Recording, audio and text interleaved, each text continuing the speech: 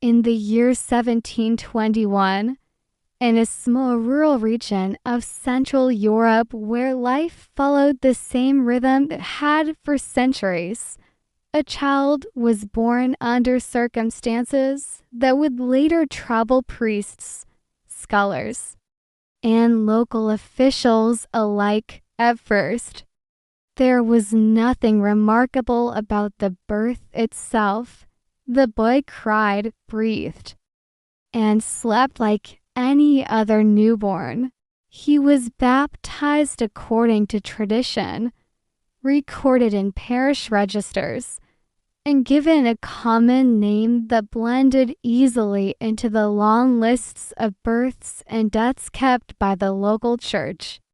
What made this child different did not reveal itself immediately. It emerged slowly, in fragments, through words that should not have existed in his world.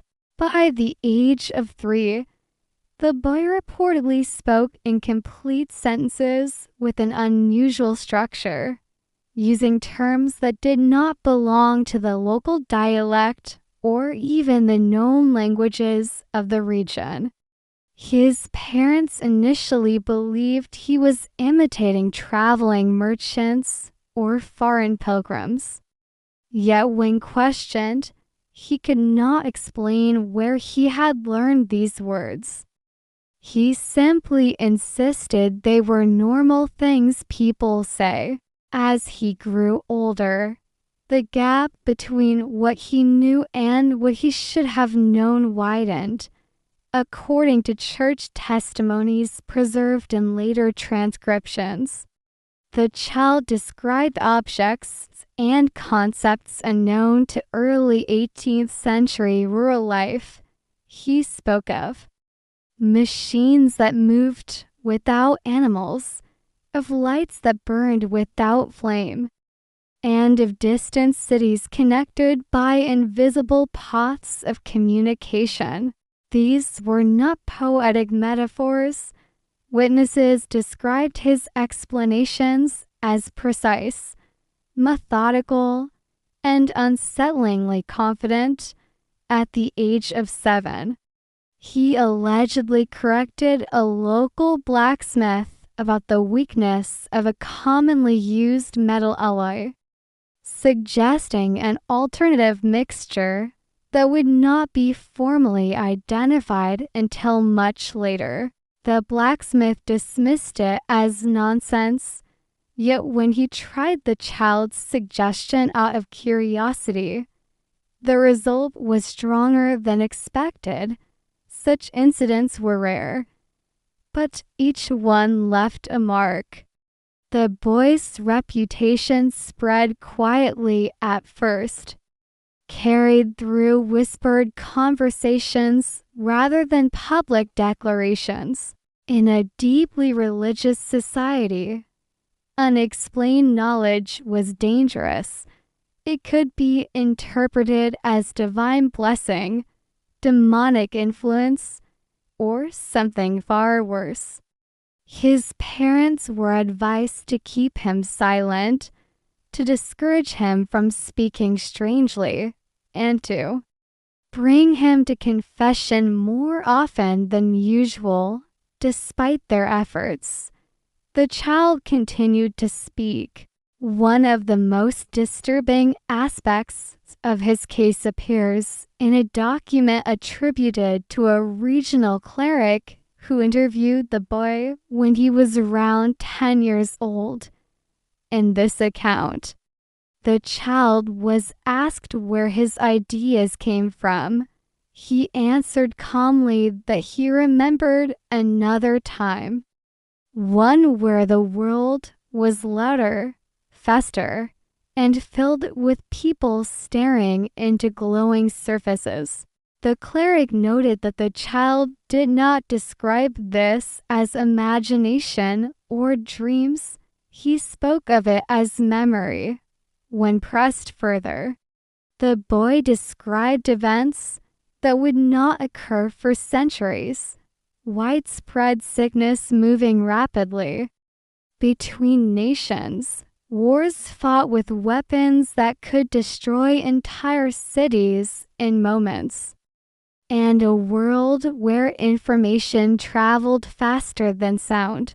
He did not present these visions dramatically. There was no fear in his voice, only a quiet certainty, as if recounting everyday facts. Understandably, the interview was ended. From that point on, records become fragmented. Some documents suggest the boy was sent to a monastery for observation and education. Others imply that local authorities preferred to remove him quietly rather than allow rumors to spread. What is consistent across all sources is that his public presence abruptly stopped, yet the story does not end there years later. Marginal notes appear in unrelated manuscripts written by monks and scholars in different regions. These notes reference conversations with a young man who possessed knowledge of future sciences and an unnatural understanding of time. None mention his name directly. Instead, they describe a figure who spoke cautiously, as if aware that revealing too much would bring consequences. One particularly intriguing note describes a discussion about astronomy. The young man allegedly insisted that the Earth was not only moving, but that humans would one day leave it entirely. At the time, even suggesting the Earth's motion was controversial in many circles. To speak of leaving it bordered on madness. And yet, the confidence remained. Skeptics argue that this case can be explained through coincidence, exaggeration, or later reinterpretation of vague statements. Oral history, after all, is vulnerable to distortion. Memories grow sharper or stranger over time. Words are reshaped to fit new understandings. A clever child might have impressed adults who then filled in the gaps themselves, but some details resist easy dismissal. Several statements attributed to the boy were documented before the events they resemble had any cultural or scientific foundation. These records do not read like prophecies or religious visions. They read like explanations given by someone accustomed to a different baseline of reality. Why would a child in the early 1700s speak of invisible networks connecting people across continents? Why describe illness spreading globally within days? Why express frustration that people relied on candles when better light already exists? Equally unsettling is what the boy did not claim. He never presented himself as chosen, blessed, or cursed. He did not demand followers or attention. In fact, witnesses often describe him as withdrawn, almost burdened by what he knew. When asked why he spoke at all, he allegedly answered, "Because forgetting is harder." This single line appears in multiple versions of the story. Recorded independently, whether it is authentic or a later embellishment is impossible to know. But its consistency is striking. Modern interpretations of this case vary widely.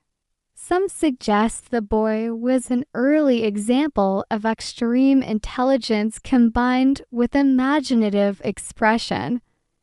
Others propose psychological explanations. including dissociation or fabricated memory, a smaller group, often dismissed by mainstream academia, considers the possibility of temporal displacement or reincarnation with retained memory. There is no definitive conclusion.